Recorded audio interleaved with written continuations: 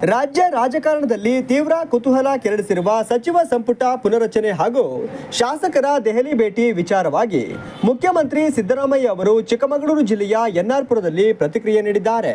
ಸಚಿವ ಸ್ಥಾನಕ್ಕಾಗಿ ಶಾಸಕರು ದೆಹಲಿ ಪ್ರವಾಸ ಕೈಗೊಂಡಿರುವ ವಿಚಾರಕ್ಕೆ ಪ್ರತಿಕ್ರಿಯಿಸಿದ ಅವರು, ದೆಹಲಿಗೆ ಹೋದರೆ ತಪ್ಪೇನು, ಹೋಗಬಾರದೆಂದು ಹೇಳಿದವರು ಯಾರು, ಇದರಲ್ಲಿ ಯಾವುದೇ ತಂಟೆ ತಕರಾರು ಇಲ್ಲ ಎಂದು ಸ್ಪಷ್ಟಪಡಿಸಿದ್ದಾರೆ.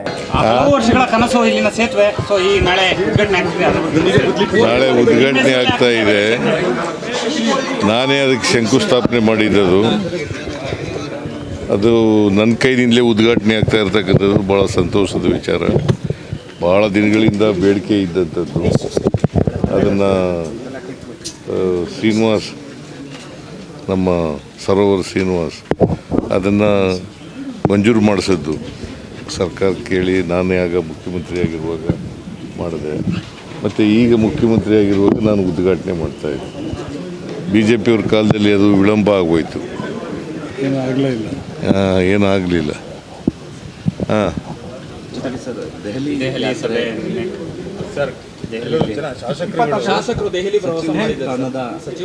ಹೋಗಲಿ ಪಾಪ, ಬೇಡ ಅಂತಂದವ್ರು ಯಾರು, ಹೋಗ್ಲಿ, ನನ್ನದೇ ತಕರಾರು ಇಲ್ಲ ಅದಕ್ಕೆ.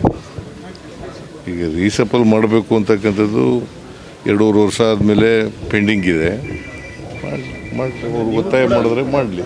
ನೀವು ಕೂಡ ಭಾಳ ದಿನಗಳಿಂದ ಪುನರ್ರಚನೆ ಆಗಬೇಕು ಅನ್ನೋದು ಕೂಡ ಇತ್ತು, ಆದರೆ ಹೈಕಮಾಂಡ್ ಗ್ರೀನ್ ಸಿಗ್ನಲ್ ಕೊಡ್ತಾ ಇಲ್ಲ ಸರ್. ಇದು ಎಲ್ಲ ಒಂದು ಕಡೆ ಹಿನ್ನಡೆ ಆಗ್ತದೆ. ಅದಕ್ಕೆ ಬೇರೆ ಬೇರೆ ಈಗ 5 ರಾಜ್ಯಗಳ ಚುನಾವಣೆ ಬಂತು, ಬಜೆಟ್ ಇತ್ತು, ಹಾಗಾಗಿ ವಿಳಂಬ ಆಯಿತು. ಸರ್, ರಾಜೇಗೌಡರಿಗೆ ಸಚಿವ ಸ್ಥಾನ ಸಿಗುತ್ತಾ ಈ ಬಾರಿ? ಹೈಕಮಾಂಡ್ ಏನು ಮಾಡ್ತದೆ ಅಂತ ಗೊತ್ತಿಲ್ಲ. ರಾಜೀನಾಮೆ ಕೊಟ್ಟಿರತಕ್ಕಂಥ ವಿಚಾರ ಯಾರು? ದಾವಣಗೆರೆಯಲ್ಲಿ ರಾಜೀನಾಮೆ ಸರ್, ನಿಮ್ಮ ರಾಜಕೀಯ ಕಾರ್ಯದರ್ಶಿ, CM ನಿಮ್ಮ ರಾಜಕೀಯ ಕಾರ್ಯದರ್ಶಿಯವರು ಕೂಡ ರಾಜೀನಾಮೆ ಕೊಡ್ತಾರೆ ಅನ್ನೋದು ಸಾಕಷ್ಟು ಒಂದು ಸುದ್ದಿ ಹರಡಿದ್ರು. ಹೌದು, ಅದು ಇನ್ನೂ ಕೊಟ್ಟಿಲ್ಲ, ಕೊಡ್ಬೋದು ಅಂತ ಅಂದ್ಕೊಂಡಿದ್ದೀನಿ ನಾನು. ಸರ್, ಫಲಿತಾಂಶ ಬರೋಕ್ಕೂ ಮುನ್ನವೇ ಸಾಕಷ್ಟು ಒಂದು ಚರ್ಚೆ ಆಗ್ತಾ ಇರುವಂಥದ್ದು ಸರ್. ಕಾಂಗ್ರೆಸ್ ಈಗ ಅಲ್ಲಿ ಇನ್ನೂ ಫಲಿತಾಂಶನೇ ಬಂದಿಲ್ಲ. ಕೇಳಪ್ಪ, ಇಲ್ಲಿ ಹೈಕಮಾಂಡ್ನಿಂದ ಸೆಕ್ರೆಟರಿ ಇನ್ಚಾರ್ಜ್ ಇದ್ದರು. ಅಲ್ಲಿ was incharge of the Davanagere by election. ಅವರು ರಿಪೋರ್ಟ್ ಮೇಲೆ ಕ್ರಮ ತಗೋತಾ ಇದ್ದಾರೆ. ಅಂದರೆ ಕಾಂಗ್ರೆಸ್ ಪಕ್ಷ ಅಂದರೆ ಫಲಿತಾಂಶ ಬರೋಕ್ಕೂ ಮುನ್ನವೇ ಸೋಲನ್ನು ಒಪ್ಕೊಂತ ಇದೆ ಸರ್. ಸೋಲು ಎಲ್ಲ ಒಪ್ಕೊಂಡಿದ್ದೀವಿ, ಗೆಲ್ಲೋದು ನಾವೇ. ಆದರೂ ಇವೆಲ್ಲ ತಲೆದಂಡ ಎಲ್ಲ ಆಗ್ತಿದೆಯಲ್ಲ ಸರ್. ತಲೆದಂಡ ಆದ್ರೆ ಸೋಲ್ತೀವಿ ಅಂತಲ್ಲ ನೀನು ಹೇಳೋದು? ನಿನ್ನ ಪ್ರಕಾರ ಯಾರು ಸೋಲ್ತೀವಿ ಅಂತ ಯಾರು ಹೇಳಿದವರು? ನಿಮ್ಮ ಪಕ್ಷದ ಅಂದರೆ ನಮ್ಮ ಅಭ್ಯರ್ಥಿಯ ಸೋಲಿಗೆ ಕೆಲವು ವರಿಷ್ಠ ನಾಯಕರು ಕಾರಣ ಅಂತ ಹೇಳಿದ್ದಾರೆ. ಯಾರು? ಸಲೀಂ ಅಹಮದ್ ಹೇಳಿದಾರಲ್ಲ ಸರ್. ಹೇಳುತ್ತೆ, ಆ ಥರ ಹೇಳಿಲ್ಲ.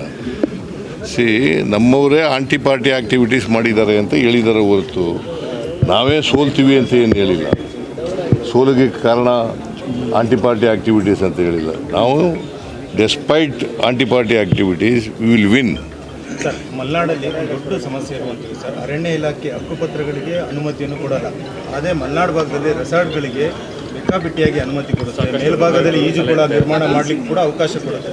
ಅಂದರೆ ನೀವು ಶೋಷಿತರ ಪರವಾಗಿದ್ದೀರಾ, ಆದರೆ ಹಕ್ಕುಪತ್ರ ಕೊಡಲಿಕ್ಕೆ ಅರಣ್ಯ ಇಲಾಖೆ ಅನುಮತಿ ಕೊಡಲ್ಲ. ನಾನು ಮೀಟಿಂಗ್ ಮಾಡ್ತೀನಿ ಅದ್ರ ಬಗ್ಗೆ. ಪ್ರವಾಸೋದ್ಯಮ ಈಗ ದೊಡ್ಡ ಚರ್ಚೆಯಲ್ಲಿರುವಂಥದ್ದು ಸರ್. ಕೇರಳದ ಬಾಲಕಿ ಸಾವನ್ನಪ್ಪಿರುವಂಥದ್ದು ಚಿಕ್ಕಮಗಳೂರಲ್ಲಿ.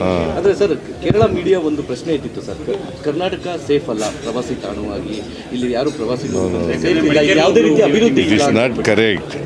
ಈಗ ಹುಡುಗಿ ಬಂದು ಯಾವುದಕ್ಕೆ ಸತ್ತಿದಳು ಅಂತ ಗೊತ್ತಿಲ್ಲ ನನಗೆ, ಅದು ಎಂಕ್ವೈರಿ ಆಗಬೇಕು.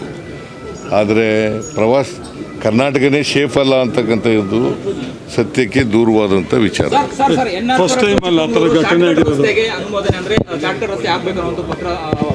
ಹೌದು, ಅಗಲೀಕರಣ ಆಗಬೇಕು ಅಂತ ಅದಕ್ಕೆ ಈ ಸಾರಿ ಮಂಜೂರು ಮಾಡಿದ್ದೀವಿ, ದುಡ್ಡು ಕೊಟ್ಟಿದ್ದೀನಿ, ಅದಾಗತ್ತೆ.